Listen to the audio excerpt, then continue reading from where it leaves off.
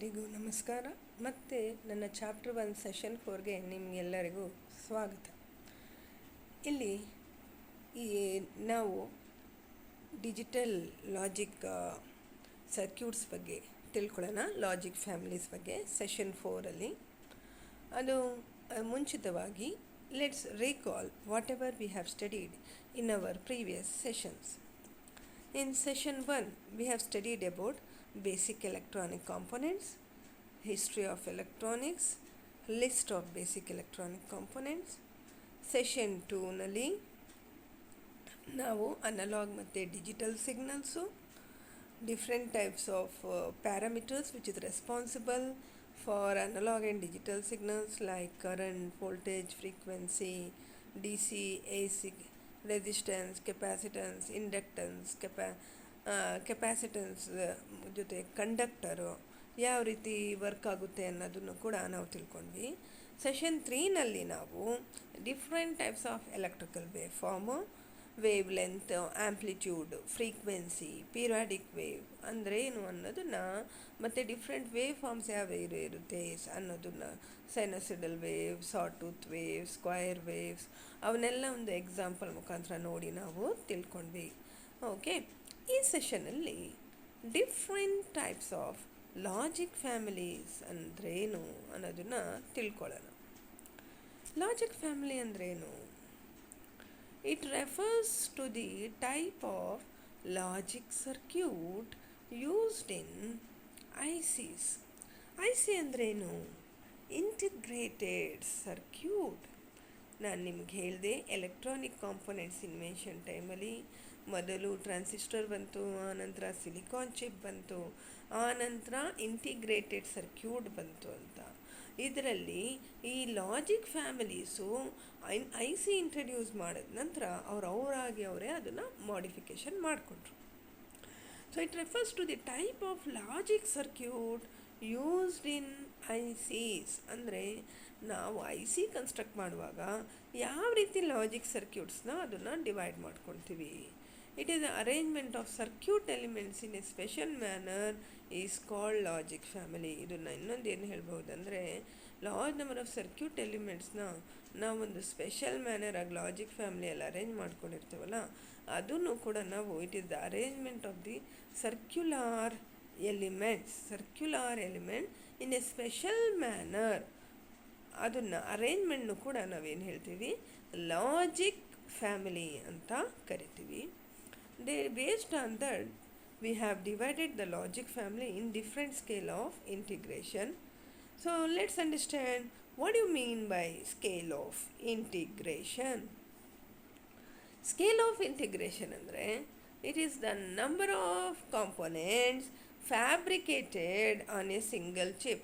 ಒಂದು single chip ಮೇಲೆ ಎಷ್ಟು ಫ್ಯಾಬ್ರಿಕ್ ಕಾಂಪೊನೆಂಟ್ಸ್ನ ನಾವು ಫ್ಯಾಬ್ರಿಕೇಟೆಡ್ ಮಾಡಿಡ್ತೀವಿ, ಅದನ್ನು ನಾವೇನು ಹೇಳ್ತೀವಿ, silicon means scale of integration measure ಮಾಡೋದಕ್ಕೆ ನಾವು ಅದನ್ನು ರೆಫರ್ ಮಾಡ್ಕೊಳ್ತೀವಿ.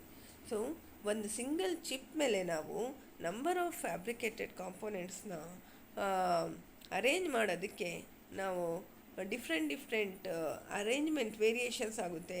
ಆ ವೇರಿಯೇಷನ್ಸ್ನ ನಾವು ಮೆಷರ್ ಮಾಡೋದೇ ಸ್ಕೇಲ್ ಆಫ್ ಇಂಟಿಗ್ರೇಷನ್ ಮುಖಾಂತರ. ಅಂದರೆ ಸ್ಕೇಲ್ ಆಫ್ ಇಂಟಿಗ್ರೇಷನ್ ಅಂದರೆ ಏನು? It is nothing but A number of components. ಎಷ್ಟು ಕಾಂಪೊನೆಂಟ್ಸ್ನ ನೀವೊಂದು ಸಿಂಗಲ್ ಚಿಪ್ ಮೇಲೆ ಫ್ಯಾಬ್ರಿಕೇಟೆಡ್ ಮಾಡಿಟ್ಟಿದ್ದೀರಾ, ಅದು ಸ್ಕೇಲ್ ಆಫ್ ಇಂಟಿಗ್ರೇಷನ್ ಅಂತ ಕರಿತೀವಿ. ಅದನ್ನು ನಾವು ಐಸಿಸ್ ಅಂತ ಕರಿತೀವಿ. ಅದನ್ನು ಐಸಿಸ್ನ 5 ಭಾಗವಾಗಿ ವಿಸ್ತರಿಸ್ಕೊಂಡ್ಬಿಟ್ಟಿದ್ದೀವಿ, 5 ಡಿವಿಷನ್ಸ್ನ ಮಾಡ್ಕೊಂಡಿದ್ದೀವಿ. So ICs can be classified as follows. The first one is small scale integration. The second one is medium scale integration. The third one is large scale integration. The fourth one is very large scale integration. And the fifth one is ultra large scale integration. ನೋಡಿ, ನಮ್ಮ computers ಕೂಡ ನಾವು ಇದೇ ರೀತಿ ವಿಸ್ತಾರವಾಗಿ ಮಾಡ್ಕೊಂಡು mini computer, mainframe computer, super computer ಅಂತ ನಾವು ಯೂಸ್ ಮಾಡ್ತೀವಿ based on the fabrication of the chips. Okay, so ಇಲ್ಲಿ ನೀವು ನೋಡ್ಬೋದು I Cs can be classified as follows in 5 types. That is small scale integration, medium scale integration, large scale integration, very large scale integration, ultra large scale integration. So total ಎಷ್ಟಾಯಿತು? 5 family classification ಆಯಿತು.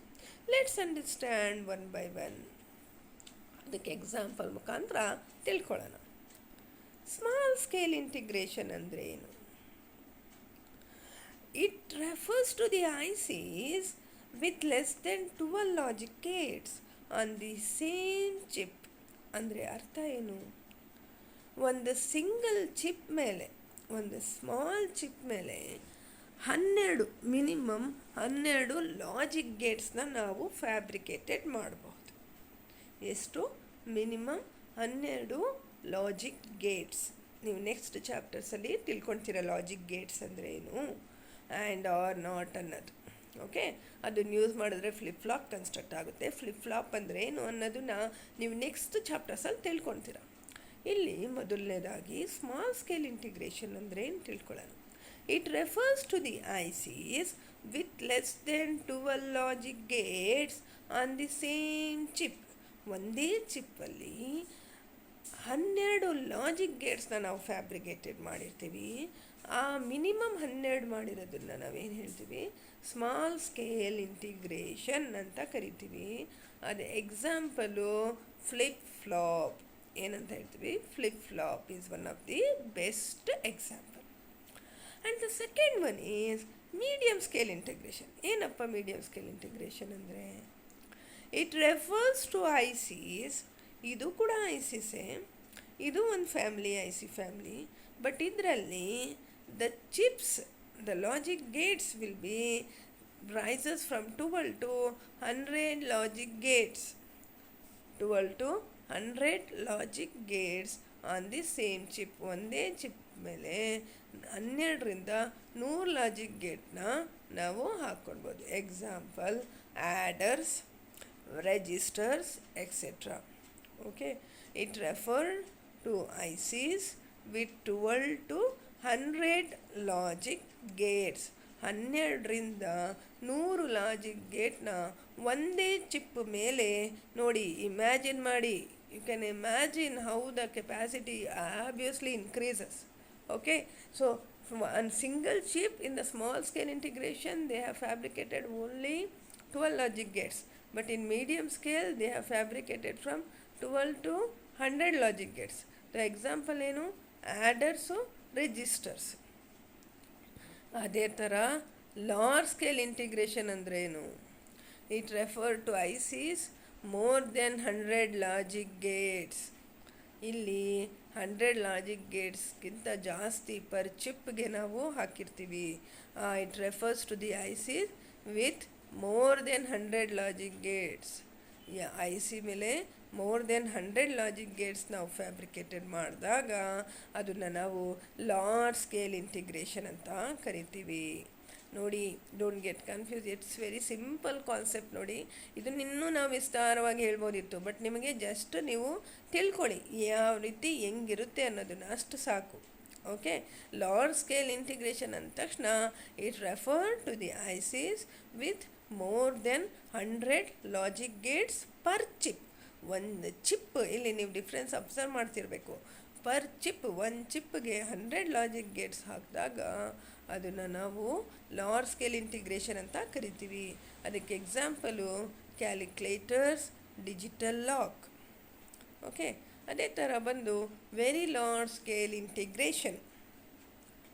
Very large scale integration, it's nothing but it refers to the IC with more than 10,000.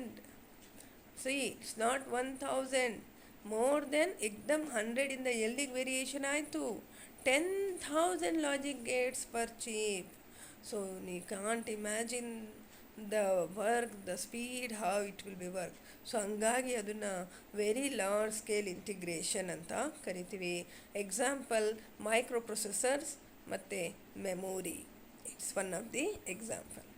ಆನಂತರ ultra large scale integration.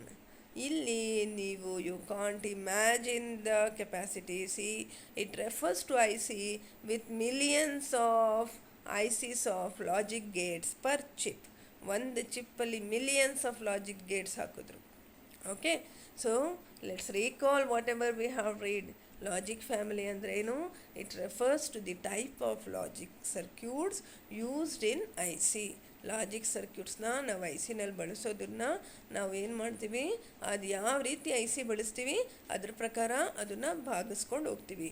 ಅದನ್ನು ಆ ಅರೇಂಜ್ಮೆಂಟ್ನ ನಾವೇನು ಹೇಳ್ತೀವಿ, logic family ಅಂತ ಕರಿತೀವಿ. ಇದರಲ್ಲಿ ಡಿಫ್ರೆಂಟ್ ಸ್ಕೇಲ್ ಆಫ್ ಇಂಟಿಗ್ರೇಷನ್ ಆಗಿ ಮಾಡ್ಕೊಂಡ್ವಿ based on the components of ICs on a single chip. So small scale integration, large scale, medium scale integration, large scale integration, very large scale integration, ultra large scale integration ಅಂತ. Small scale ಇಂಟಿಗ್ರೇಷನಲ್ಲಿ ಬಂದು it refer to the ICs, ಅದು ನೋಡಿ, with less than 12 logic gates on the same chip. 12 logic gate minimum ಇದ್ದೇ ಇರುತ್ತೆ. Example ಏನು ಹೇಳಿದ್ವಿ, flip flop. ಅದೇ ಬಂದು ಮೀಡಿಯಮ್ ಸ್ಕೇಲ್ ಇಂಟಿಗ್ರೇಷನಲ್ಲಿ ಬಂದು it refers to the ICs. ಎಲ್ಲಿ 12ಇಂದ ಎಲ್ಲಿಗೆ ವೇರಿಯೇಷನ್ ಆಯಿತು, 100 ಲಾಜಿಕ್ ಗೇಟ್ಸ್ಗೆ ಆಯಿತು ಅದು ಸೇಮ್ ಚಿಪ್. ಅದಕ್ಕೆ ಎಕ್ಸಾಂಪಲು ಆ್ಯಡರ್ಸು, ರೆಜಿಸ್ಟರ್ಸು. ಅದೇ ಇನ್ನೊಂದು ಲಾಜಿಕ್ ಫ್ಯಾಮಿಲಿ ಅಂದರೆ large scale integration.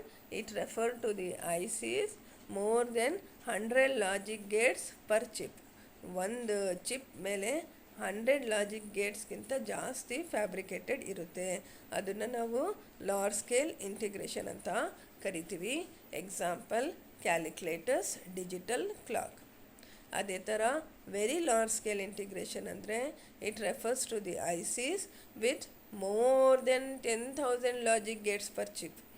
More than 10,000 logic gates per chip. Example microprocessors ಮತ್ತು ಮೆಮೊರಿ.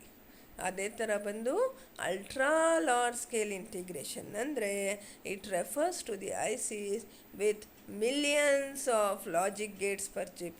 ಒಂದು ಲಾಜಿಕ್ ಗೇಟಲ್ಲಿ ಮಿಲಿಯನ್ಸ್ ಆಫ್ ಲಾಜಿಕ್ ಗೇಟ್ಸ್, ಒಂದು ಐಸಿಸ್ ಮೇಲೆ ಮಿಲಿಯನ್ಸ್ ಆಫ್ ಲಾಜಿಕ್ ಗೇಟ್ಸ್ನ ಫ್ಯಾಬ್ರಿಕೇಟೆಡ್ ಮಾಡಿದಾಗ ನಮಗೇನಾಗುತ್ತೆ, ಅಲ್ಟ್ರಾ ಲಾರ್ಜ್ ಸ್ಕೇಲ್ ಇಂಟಿಗ್ರೇಷನು ಬರುತ್ತೆ. So this I think you hope you have understand. So we will see you in the next session, session number 5 of this chapter.